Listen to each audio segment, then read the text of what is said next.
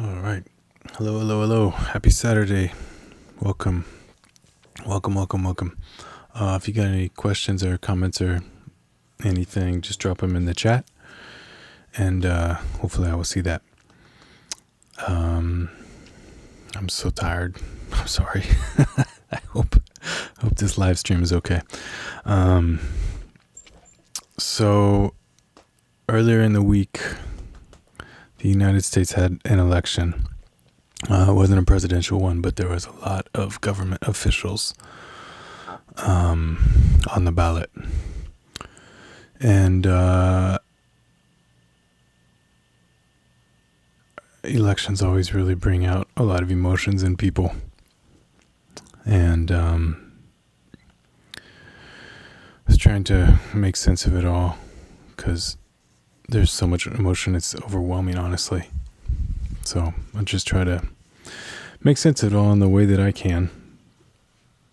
And the quote that helped me do that this week was by the man Nikola Tesla. And he said, "We are all one. Only egos, beliefs, and fears separate us." And I thought this was a good mindset to have going into the election. And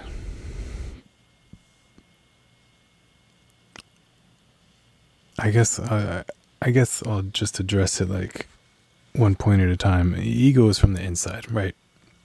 It's ourselves. Nobody's got an outside ego. People's egos go outside, but it's caused by the inside. It comes from us.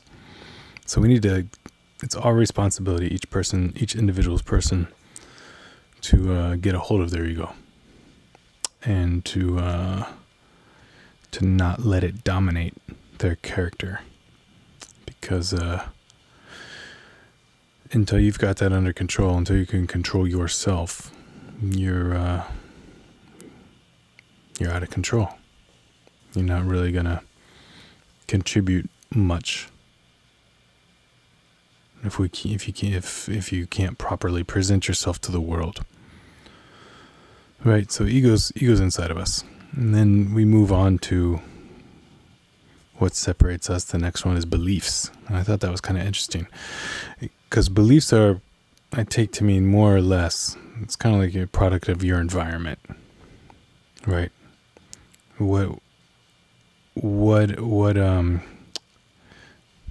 What I think it comes down to is when, where, and how an individual was raised. Those are going to form their beliefs.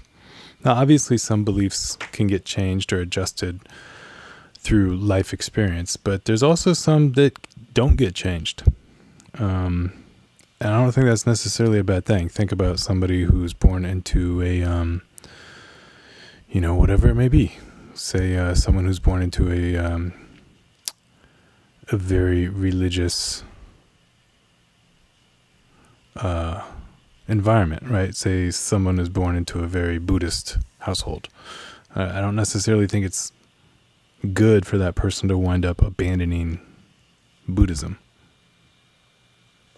I think sometimes your beliefs you can have from the day you're here to the day you're not here, and I think that's good. But I do think that they're based on a lot of factors that we don't control, at least initially in our lives. And so this leads us to the last point of what separates us. We got ego, belief, and now fear. And fear is, I was about to say, fear is nasty because fear unites people at a very intense level. And it turns life and it turns the world into an us against them kind of dynamic.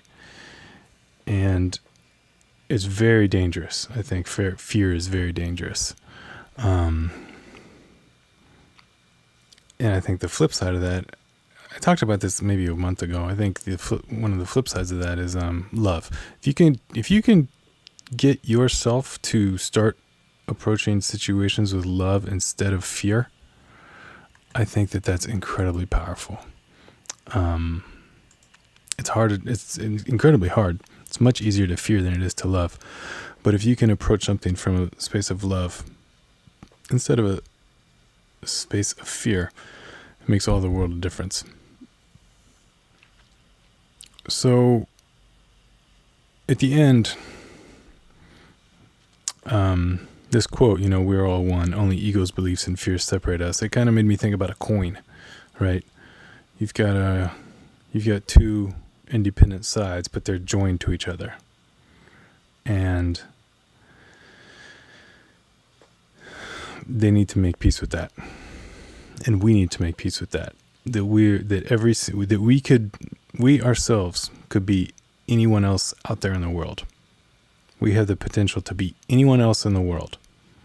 So no matter what anyone else feels, thinks, believes, we could be that person if the circumstances were correct. If we were born into the same circumstances and approached life the same way, we would think exactly like that person would think.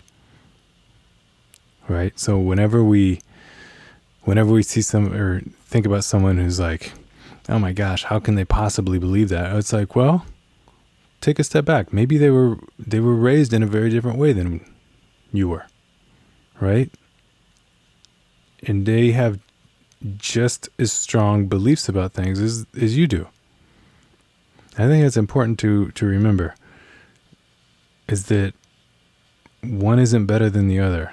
It's just a lot of times based on things outside of our power. To control how we look at the world. Now, obviously, we should try to broaden how we look at the world, but still, each of us has the capacity in us to be exactly like somebody else if we were in that same position. So, let me reel this back in a little bit. And how do we apply this kind of thought or this quote to a creative pursuit? The first one I think is pretty easy. You get rid of the ego.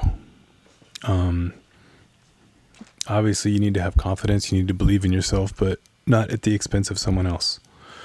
Doing so will only hold you back in the long run. If you have but if you haven't done the work to get your ego in check.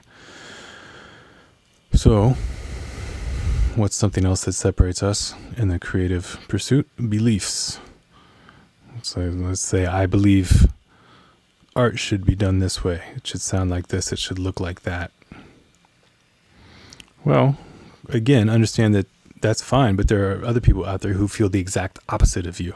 You think art should be perfect and pristine, and somebody else thinks it should be dirty and raw, and just the opposite of what you think.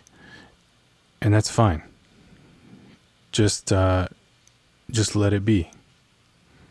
Because the minute that you start trying to change someone else's beliefs, I think you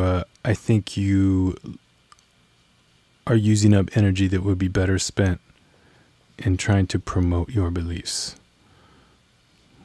Don't call out somebody else's beliefs that you disagree with. Promote your beliefs that you agree with, that you believe in. And then the last one, fear, I think is kind of a subset of beliefs almost. Find other people who have a similar love for what you love. Don't worry about, what if there's not a big enough scene to support this art that I like or something like that. Don't worry about all the me against them. Don't let any fears get in there. It's not about what you don't like. It's about what you love.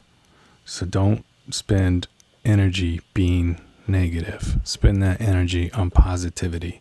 Work towards what you believe in. There were so many, I'm going to get back to the politics thing here before I close it out. There were so many ads that I saw on TV, and it was like, this candidate believes that these such and such and such and such and X and Y and Z.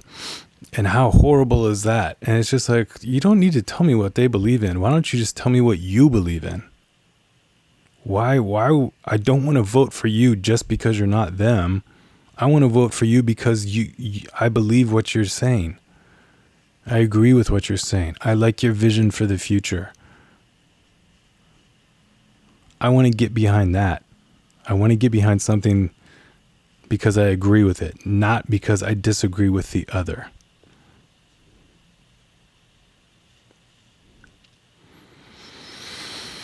I don't know.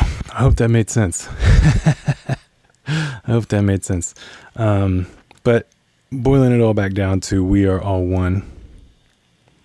Only ego's beliefs and fears separate us. I think it's a very good quote. I think it's a great quote, especially considering it's coming from one of the foremost inventors and thinkers of the late 19th, early 20th century. Very, very, very smart person, Nikola Tesla. So I hope you all like that, and tune in every Saturday at 5 p.m. Eastern Time. I will be here. Have a great rest of your week. Have a great, sorry, I'm so tired. Have a great rest of your weekend. Have a great week. I'll see you all next week. Bye-bye.